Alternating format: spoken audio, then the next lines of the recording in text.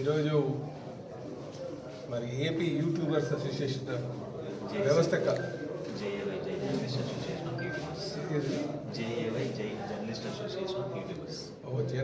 క్షమించాలి ఈరోజు journalist association of YouTubers వారు మా దగ్గరికి రావడం జరిగిందండి. దాని వ్యవస్థాపక జనరల్ సెక్రటరీ గారైనటువంటి సంజయ్ రెడ్డి గారు ఆధ్వర్యంలో వాళ్ళ మిత్రులందరూ కలిపి మా దగ్గరికి వచ్చారు.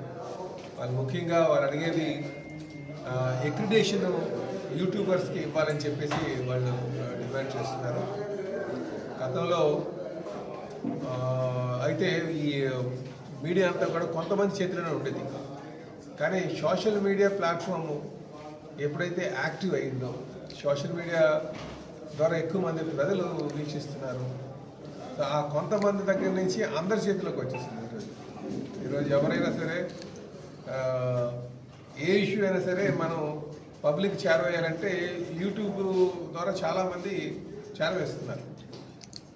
యూట్యూబ్ని మనం వారికి మిగతా జర్నలిస్టులాగా వాళ్ళని కూడా కన్సిడర్ చేసి వాళ్ళకి అక్రిడేషన్ ఇవ్వాల్సినటువంటి అవసరం ఉంది.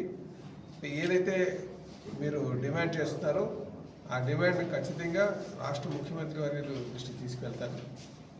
అలాగే ఐఎన్పిఆర్ మినిస్టర్ అయినటువంటి కొలుసు పార్థి గారి దృష్టికి తీసుకెళ్తామని చెప్పి ఎన్డీఏ ప్రభుత్వం